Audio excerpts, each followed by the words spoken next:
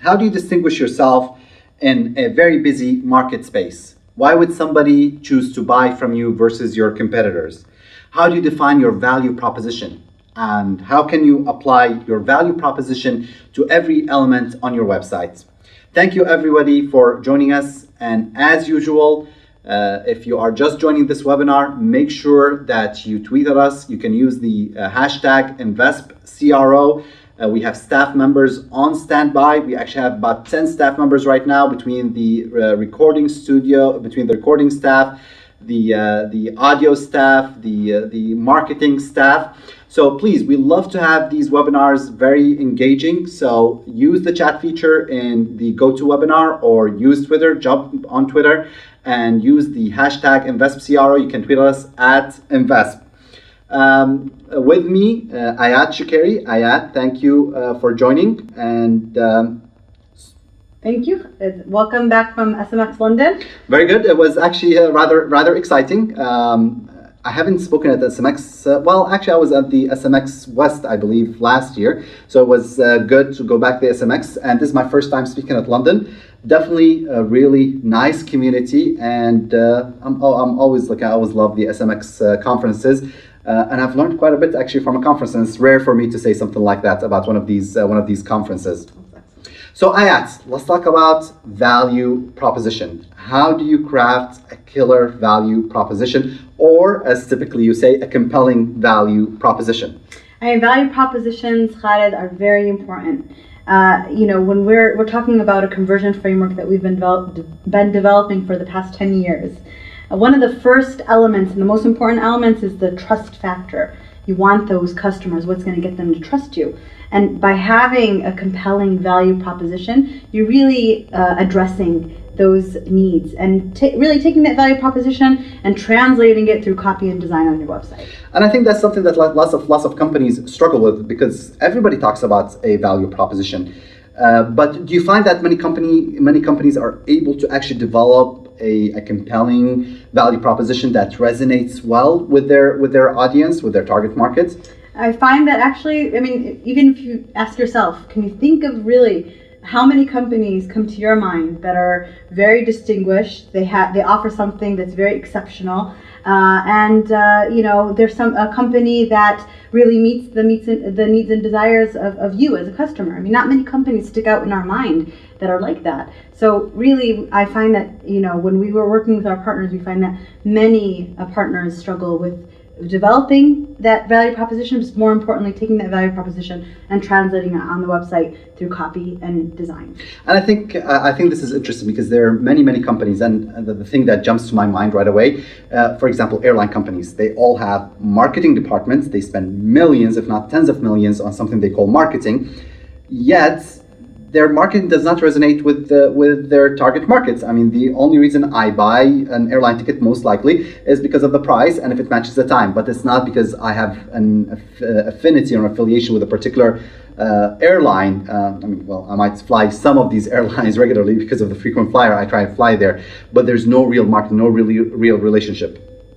So that's the key. You want to make sure that whatever your value you're presenting to your visitor isn't only exceptional in your mind, but it's exceptional in the mind of the visitors that are coming to your website and the needs and the desires that they want. Very good. Excellent. So with that, let's jump into the first case study. And I think we'll have several case studies over here. They're all talking about value proposition. So why don't you set the stage and give us some background about this particular partner? With this partner, actually, they were established in 1974. And what they did, they're actually a very well-known educator, publisher, and distributor of technical books. So what was very important to them is to maintain that community around their books and their content, and to make sure that they transitioned well with the changing space. Right now you find many people, for example, using digital books rather than the actual textbooks themselves, or the physical book. So they wanted to make sure that they match that transition. Very good. So that's an interesting transition. So they were in the brick and mortar, and now they're moving online. They're offering electronic books. So it's always interesting to be able to capture more and more of your community as that community adapts and changes. Right, and that's why sometimes your value proposition has to adapt as well to the changing market and the changing needs of your customers. Very good. So with that, let's talk about what did you guys evaluate? What were some of the problem areas that you saw? All right, so Khaled, there were three main areas that we saw on this website. Number one is we saw that there was a high pre-product page abandonment rate. Again, what that is that visitors weren't making it actually to the product pages. Now we're evaluating the actual category pages for this particular partner. They were not making it to the actual product page. We also saw that customer retention was low. Again, for our partner, what was very important was to maintain that community, maintain repeat visitors. And there was a lack of community around their content, so they wanted to make sure they address those issues, and we felt that a need to address those issues as well, of course. So very good. Let's go back to the pre-product page abandonment rate. Many people are used to the cart abandonment rate, checkout abandonment rate, but we at Investment, I think we've, after 10 years and thousands of A/B and multivariate tests, this is a very important metric for us. Is this a particular, let's talk about it a little bit more. Is this a particular metric that only applies to e-commerce, or can a lead gen or a content type website or a subscription type website also benefit and learn from this metric? This is for all websites. I would really actually call it more of a pre-offer abandonment rate, because again, it's about prior getting to that point where the user is making that decision to move forward with the purchase process. That's where they're seeing that, and that happens on lead gen websites and on content websites all the time. Yeah, so basically if the visitor does not get to your offer page and they abandon the website, you have no chance of converting them. So an e-commerce website, if you don't get the visitors to the product page, they abandon, then yes, we definitely have a problem. Same thing with a lead gen, a subscription type website. So that's really a really interesting metric that we are tracking. Customer retention. How do you track that? What are some of the metrics? And this is an e-commerce website, so you're talking about the customer retention for an e-commerce website. You're looking at the number of percentage of visitors that are actually coming back, repeat visitors. You're also looking at the number of visitors that actually log into the community. They had a community interface. You want to make sure that you track the number of visitors that are attending. So there's several metrics that you can actually look at to look at customer retention overall. And you talked about, like, there's a lack of community. How do I track that if I'm an e-commerce website or a lead gen type website? A sense of community, not necessarily people logging in. Sometimes it is about logging in sometimes, but how do I know that they've established a tribe or a community around my website? It's really measuring those clicks, measuring those shares, measuring how people are interacting with your content overall. So you want to make sure that all of those metrics are measured to see if you do have that community and that tribe. So in a second, we're going to jump in and look at some of the designs. But I think one of the interesting things that you want to keep in mind, Google, and if in one of its very recent filing for patents, one of the things that they look at is how frequent do people come back to a website. The more repeat visitors you have, the higher the ranking, your ranking will be amongst Google results, search results, SERPs. Also, if people are typing in your website address directly and coming to your website, that gives you also much bigger authority with Google, because that tells Google that this is a signal about the domain authority. So it's really interesting. There's some factors that a website owner, a marketer, a business professional has no control over. The only way that you can really market or do SEO at this point is by having a really good community about catering to your customers in the first place. And really having a really good value proposition will help you establish that community. Very good. So let's take a look at the control, the original design, and we're looking at the category page design. So what we looked at in this design is really they already had something called, they have a big banner about their free ebooks. So they offered the print version, but they also offered a free ebook version as well to establish that community. But again, look at the banner. There's wording there that we felt was not necessarily going to impact that visitor and really tell them the value that they're going to be getting. There was also text below reiterating that, that banner. If you have a very strong value proposition and you have a very strong headline, you really shouldn't worry about adding additional text to explain it. Very good. So that was the control, and I was looking at the actual text, the DRM ebooks. I'm a technical guy. I come from a very heavy technical background, and I look at this, and this is a publisher I actually like, and somebody who I've bought their books for a long time. But the language that they use is not very, very clear, even for somebody who is technically savvy, perhaps by all standards. So it's sort of interesting. Yeah. So you want to make sure that you're catering to that, your audience. Very no matter good. what. Excellent. So that's the original design. Let's talk about the hypothesis. So the hypothesis, by emphasizing the value proposition through design and content, conversions will increase. So again, it's making sure that the value proposition is translated through design and content. And we would never stop saying it. Without the hypothesis, your A/B or multivariate test is a waste of time and resources. Yes, you might see increases in conversion rates, but in the long run, you are not going to see the benefits that you are looking for. A hypothesis is a predictive statement about the problems on the page and what will happen if I fix those problems. Now, in the old days, when we first started testing, it took us a little bit to figure out, we need to really introduce hypotheses into our different tests. Right, the way that we've grown so much from 10 years ago. Even conversion optimization was first it's in its beginning stages, and it's evolved and changed so much. What was sort of interesting, last night I was on Amazon.com just looking at some different books in conversion optimization. When we first published the book, there was, I think, only one other book, and it was not directly in conversion optimization. Now I think there's about 30 or 40 titles in conversion optimization. It just tells you how much the market have grown since then. So with that, let's jump into the first variation, the first challenger, variation 1.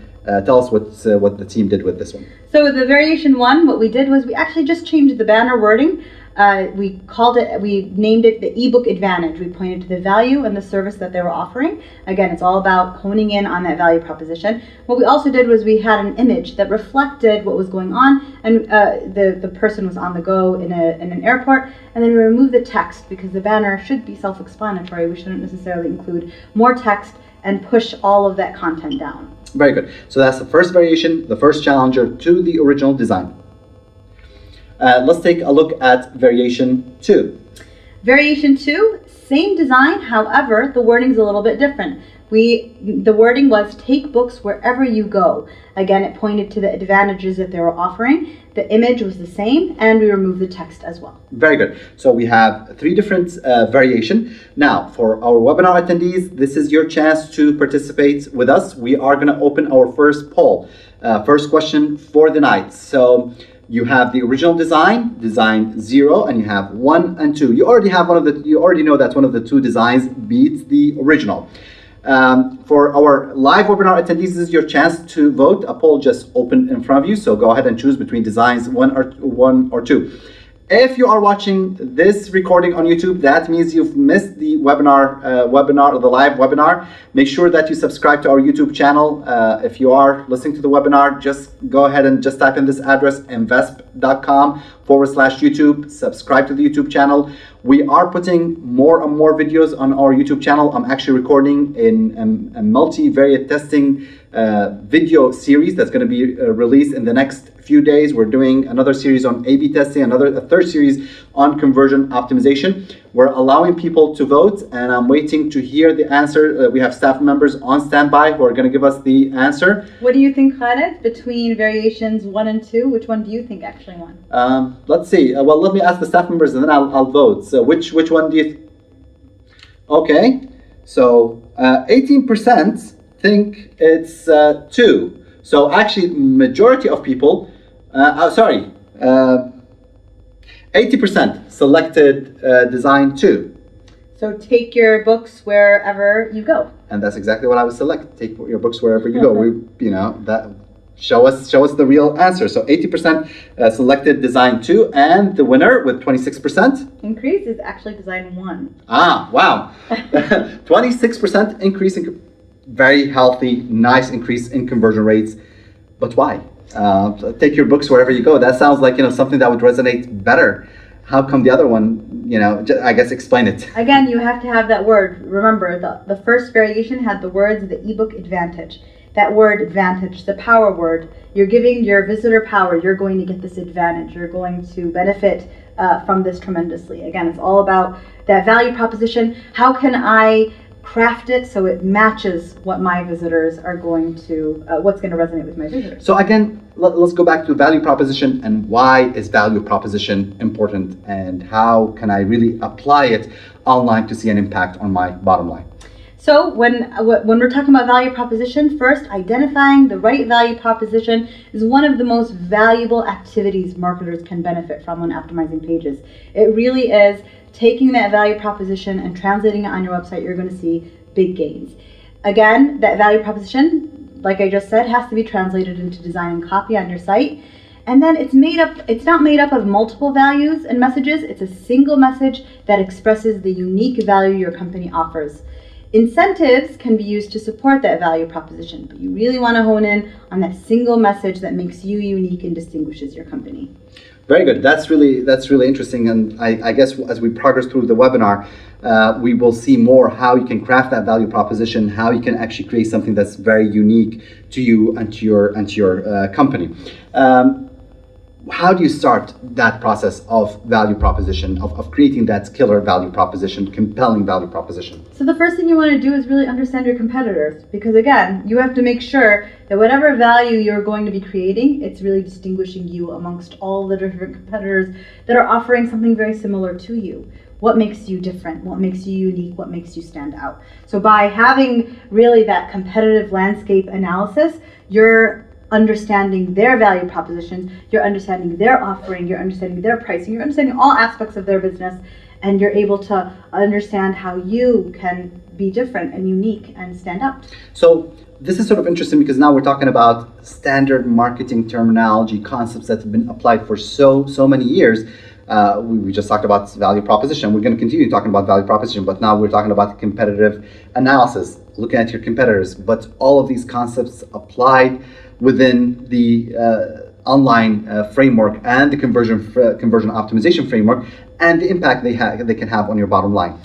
Khalid, we can use marketing methods that were used 20 years ago. I mean, you just published That's an true. article, about ADA, which, of course, it's a method 20 years ago. Well, ADA, actually 1920s. ADA was developed in the 1920s, and I think in this, I said, you know what, marketers should not have to reinvent the wheel. There are plenty of marketing concepts tried and tested. All we need to do is to adapt them. And we translated ADA into 26 different questions that you can apply on your website to evaluate every page, and you can see a direct impact on your bottom line. And it's one of the things that we've done early on when we started conversion optimization. So those 26 questions represented ADA, and they actually help you increase conversion rates, and that's published on the blog. But even personas, they've been around since the late 20s, early 30s. Temperaments, and then we switched them to personas. But that's also an old marketing concept. Really, everybody's familiar with it nowadays. But it's an old concept that's really taking ground in the online space. But let's talk about developing value propositions. So understanding the competitive space is one thing. Next, and just like you had just mentioned, personas.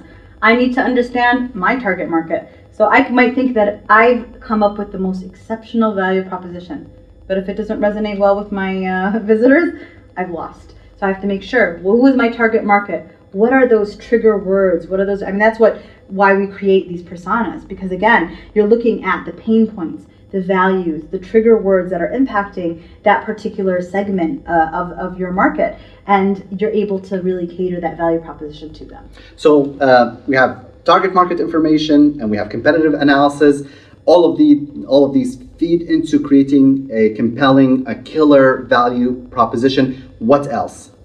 You're looking at that competitive landscape, you're looking at that target market, but then you actually want to look at the desires, the exclusivity of your offer, value proposition. Okay, very good. So all of these make a compelling value proposition that resonates well with your visitor, a value proposition that can have a direct impact on your bottom line. So until now, we've seen one case study with a 26% increase in conversion rates, and I think we have 3-4 at least more case studies, examples of how a value proposition impacted conversion rates. So jumping into a pop quiz. So right away, let's open up the poll and tell us about this pop quiz. Let's open up the second poll, allow our audience member to vote. Ayat, tell us a little bit more. So again, what we did with this particular partner is we looked at messaging. How can you take that value proposition? What's going to impact those visitors more? There's 2 different messages there, and you want to see what our audience members, our listeners, think is going to win. Okay, so our audience member, this is your chance, the live webinar attendees, this is your chance to vote and participate. Like I mentioned, we have staff members on standby, so this is your chance to participate. Let us know, what do you think, which design increased sales, increased conversions for this particular partner.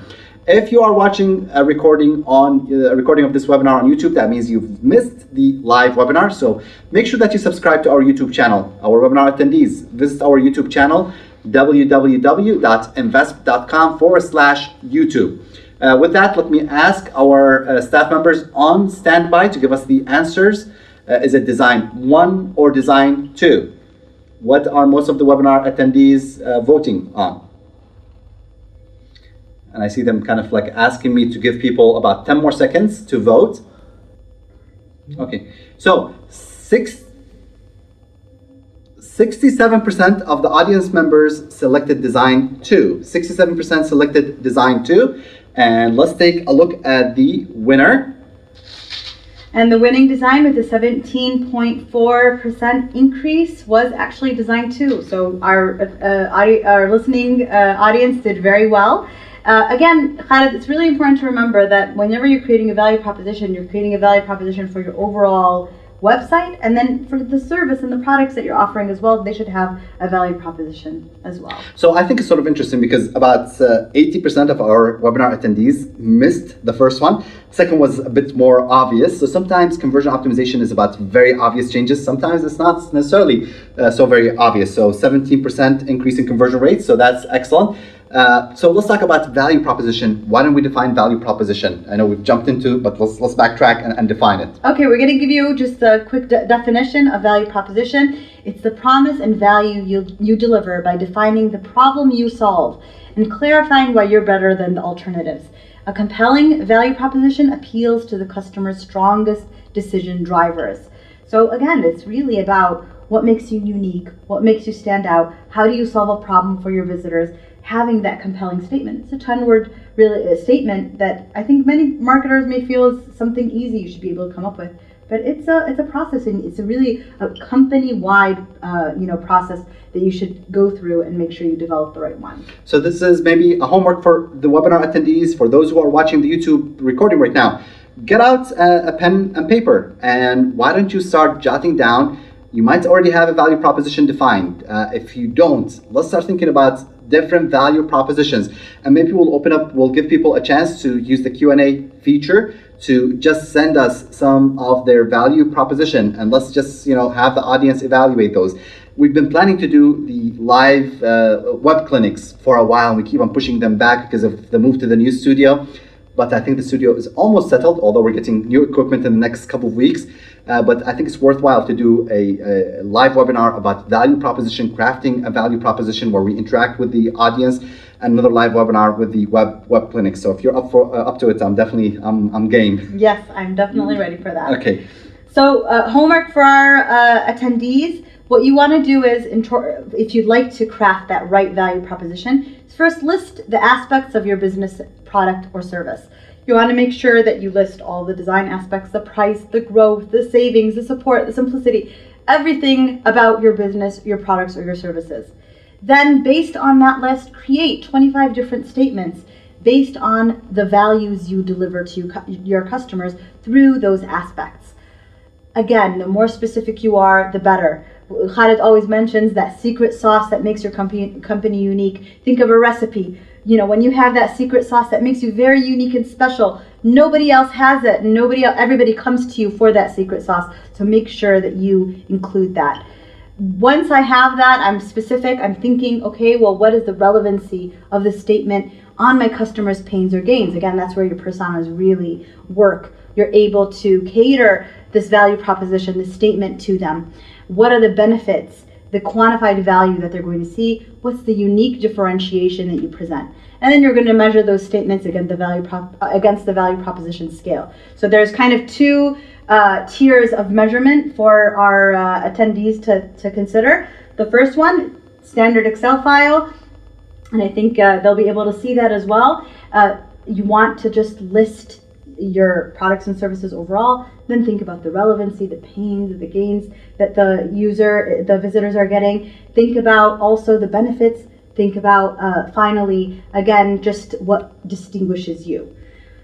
You've said 25 different value propositions. That's quite a bit. But because I think as you craft more, and what we found with a lot of our partners, the more statements you put out, you're going to become very creative towards getting to that 24th and 25th statement. I mean, you're just really squeezing your brain to make sure that you get that right one. But ultimately you end up with one statement.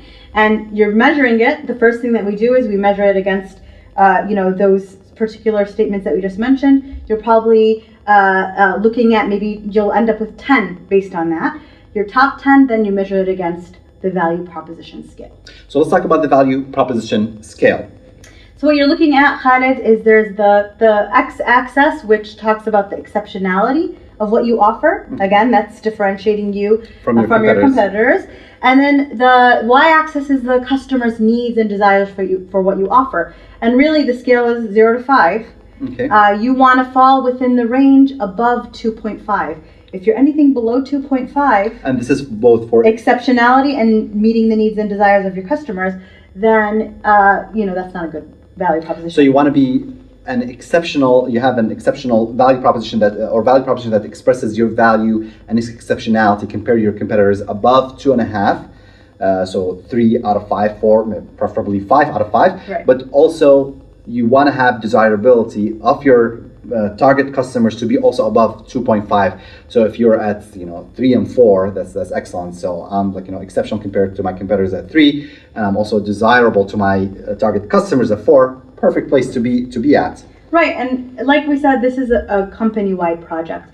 You want to make sure that everybody gives their input, because hearing from all the different staff members, you're going to be able to really hone in on which value sticks out the most.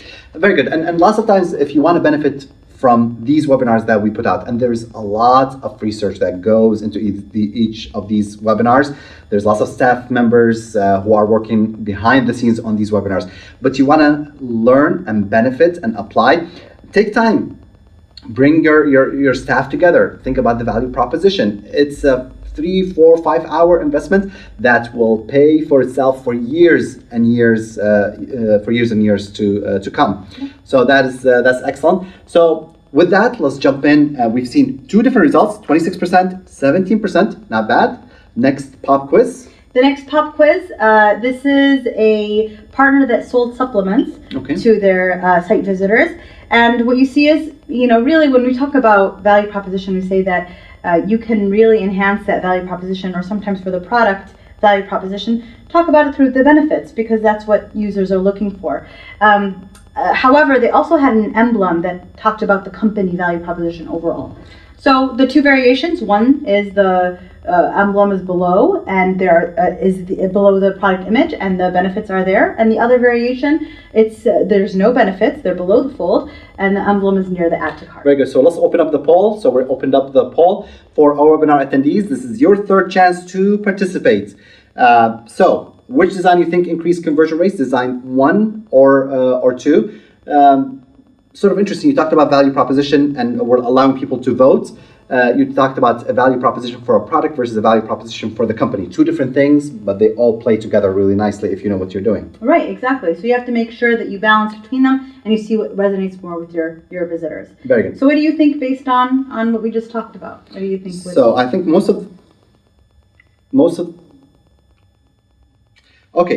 people are voting on design number 2. 67% voted on design number 2. I would go with design 1. You'd go with design 1. And actually design 1 did result in a 55.56% increase. 55% increase. I'm not going to take the 0.5. I mean, a 55% increase in conversion rates. 67% of our webinar attendees did not guess it right. If you're selling $10 million and you increase conversion rates by 55%, and in this case, we're talking about a macro conversion, people actually placing an order, that's a huge impact on the bottom line. But explain to us, what happened here? I mean, this is really good. Like, what were some of the marketing insights, actionable marketing insights that we've learned from this test? So number one is you can't develop an effective value proposition without really understanding and gauging your market needs and testing. I mean, you have to test in order to see what resonates most with your visitors. The two skills needed to leverage the power of a value proposition is, number one is identify the effective value proposition, and we already talked about that and covered that. Second is express that value proposition throughout the site. The value proposition serves as a guide for decisions in any business strategy. I mean, think about your overall business and how your value proposition can be applied. And then finally, the most effective advertising a company does is the way that it conducts business. Very good. And I think that's where most companies struggle with. Some companies, maybe like the small and the mid-size, well, most small companies, mid-size, would actually define their value proposition really well. But there's this separation. There's this separation that exists between, well, here's our value proposition, and how do I translate that value proposition to my product pages? But as you see over here, when we did it really well, you see a 55% increase in sales, which is beyond tremendous. And I think that's what you need to be thinking about in your product pages, in your category pages. And I mean, the category pages, sometimes we call them the boring pages because there's not a whole lot going on there. But you need to think about your value proposition and how do you actually message that value proposition on a category page, on a product page, and you'll see a direct impact. But you always test. Exactly. You want to get, I mean, from category pages, for instance, you want to make sure that you get those visitors from that, category page to the product page, otherwise you're going to lose. So again, when we're talking about value proposition, you want to measure it against that scale, test it in many ways and forms on your website. And then think about this. What if I remove your logo and slap your competitor name on your site? Is it going to work? Is it going to be the same value? I mean, really think about that. How many companies can you just take off their name and you wouldn't know which company you're dealing with necessarily because they're not distinguished enough? You don't know what their value is and what they're offering. Yeah, this is a really good test that everybody, sort of like a little scary for marketing departments. Is there that affinity? Is there that community? Is there this unique value that you offer that everybody would identify with? So until now, 3 different case studies: 26%, 17%, 55%. Really nice increase in conversion rates. Jump to the 4th pop quiz. Right. So we're looking at another pop quiz. We're looking at again that value proposition. You're presenting the value proposition in different ways. It could be, just around the service. So in this particular case, that's what they're looking at. We're looking at a service that they're offering and, what is the value that the visitor is going to be getting. Very good. So this is, again, another chance, the 4th chance tonight for our webinar attendees to participate and join us. We just open up the poll. So vote, is it design 1 or design 2?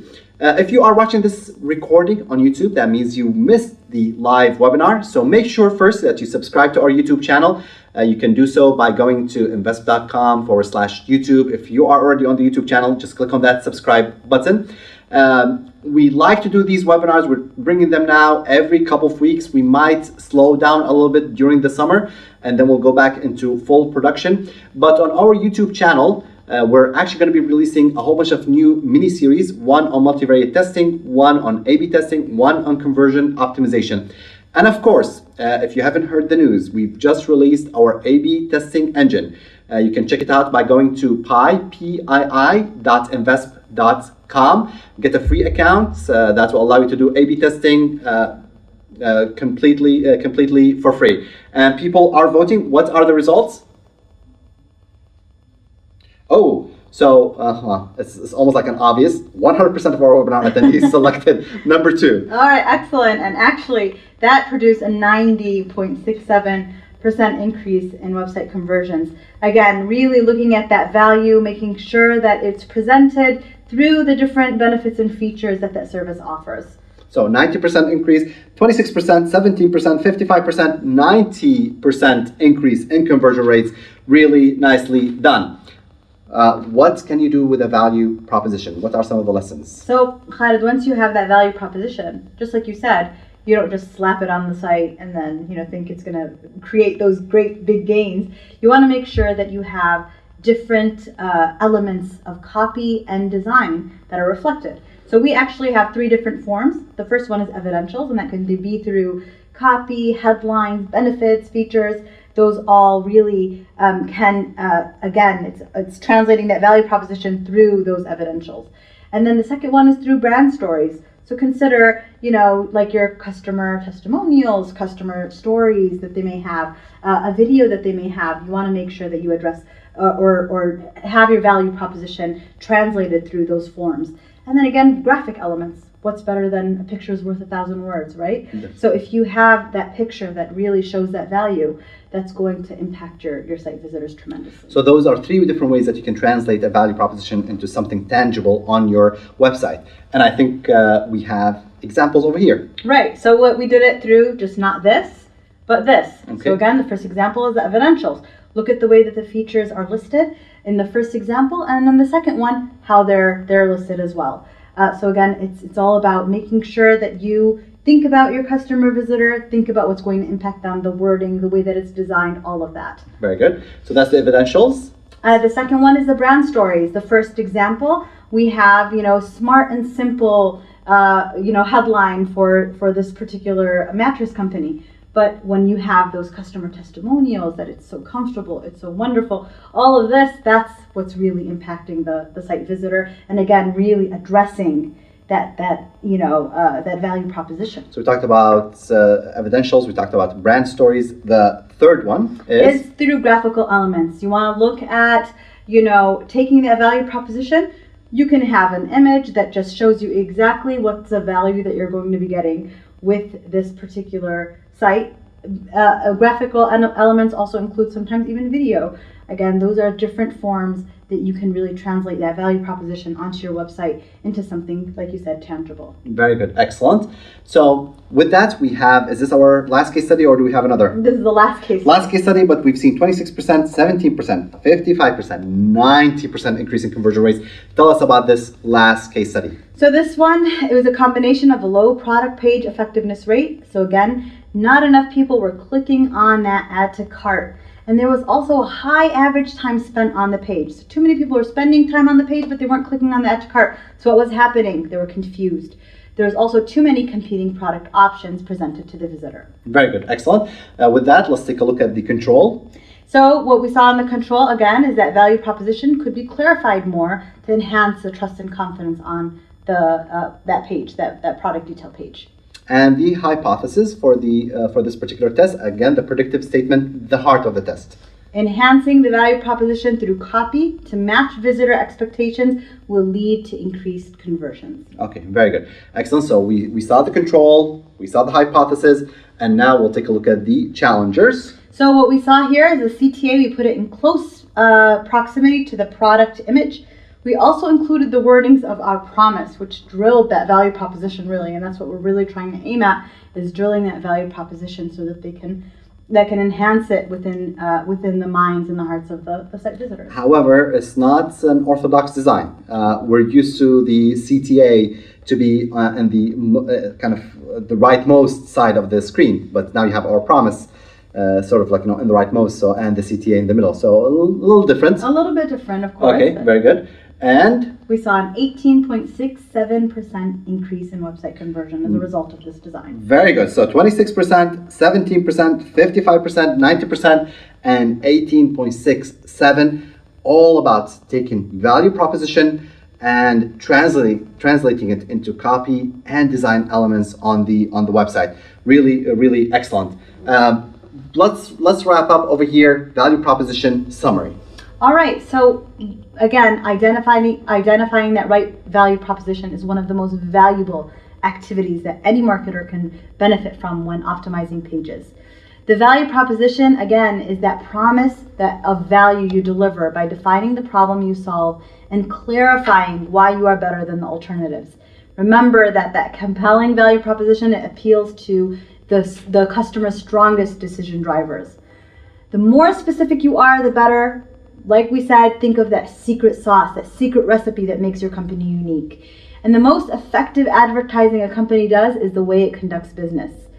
Lastly, the value proposition, it is a guide on your website, but it's also a guide in any business strategy in your company. So consider that always when you're thinking of the value proposition. So here you have it. 5 different case studies, 26%, 17%, 55%, 90% increase in conversion rates, and finally an 18% increase in conversion rates. Our goal from putting these webinars is to share the knowledge, to share the love of conversion optimization with our community members. I want to take the time to thank our partners who make these webinars possible. Special thanks goes to 3M, special thanks goes to the Special Olympics, special thanks goes to Discovery. They make these webinars possible. Special thanks to all of you who attend these webinars. If you enjoy these webinars, then I'm going to ask you to do several things. First, share them with a friend or a colleague who cares, who wants to learn about conversion optimization. Second, visit our YouTube channel, invesp.com/YouTube. That will direct you to the YouTube channel. Make sure that you subscribe and watch the videos that we are releasing on regular basis. Visit the Invesp blog. We just got the BBC link of our articles, the New Zealand government. So there's lots of a wealth of information that gets published on the blog. Finally, pii.invesp.com. You can get a free account to start conducting A/B testing for free. The goal is to build a community there. So both myself, Ayat, other team members are jumping in, helping companies create their first A/B tests. The goal is to help you. The goal is to learn and share. Our next webinar is going to be about personas. And what are the results that we're expecting with the personas webinar? What's the highest increase in conversion rates that you're predicting that we'll see in that webinar? 238% increase. So we're going to take the personas, the concept that was developed in the 1920s, 1930s. Okay, so the temperaments were developed that back then, personas a bit more recently, but kind of they were built on that concept. And we're going to show how applying personas will increase conversion rates by 238%. Incredible. What's the date for that webinar? It's going to be on the 11th of June. Excellent. So make sure that you bookmark that, pencil that in your calendar. 238% is definitely worth attending the webinar for, the knowledge that we like to share. Also, of course, make sure that if you want to learn more about conversion optimization, that you purchase our book. It's available on Amazon.com. It's one of Amazon.com best-selling books on conversion optimization, the art and science of converting prospects into customers. If you want to learn more about conversion optimization, there's going to be a survey that pops up after the webinar. You can just select the right, if you want to obtain more information on how to work with Invesp, how to partner up with Invesp to increase conversion rates. We've done thousands of tests, worked on 400 plus partners in 11 different countries. And we've achieved pretty incredible results. With that, coming to you from Istanbul, Turkey. This is our second studio. We have the first studio in the US. This is the second studio, our newest studio. Coming to you from Istanbul, Turkey. Thank you for attending, and we will see you on June 11th.